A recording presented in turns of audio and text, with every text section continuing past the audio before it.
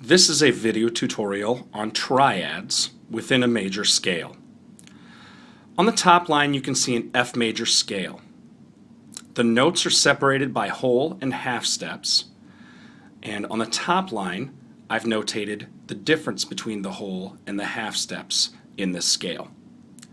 On the second line I've notated the distance between notes in a specific triad. The third line shows you an F major triad. Those notes are F, A, and C. Now if you look back up at the second line, the distance between F and A is 2 whole steps. The distance between A and C is a step and a half. These distances constitute a major triad. Using notes in the F major scale, you can find 2 more major triads.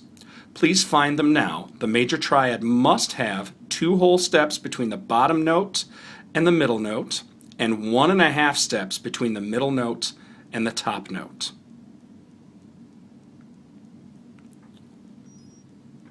Using the same kind of technique,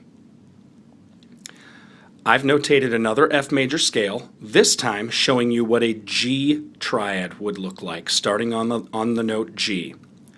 Going from G up to B flat and then up to D again, we have a triad using 3 notes. In this case, it is labeled as a minor triad, and the reason is minor triads have a 1.5 step distance between the lowest note and the second note, and then a 2 whole step difference between the middle note and the top note.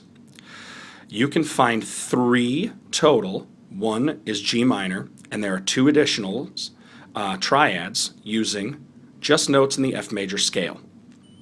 There is a third type of triad using only notes in the F major scale.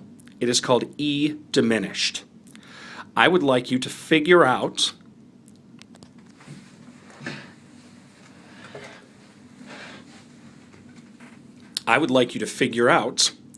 why and how this E diminished triad differs from an F major triad or any major triad and a G major, a G minor, or any minor triad.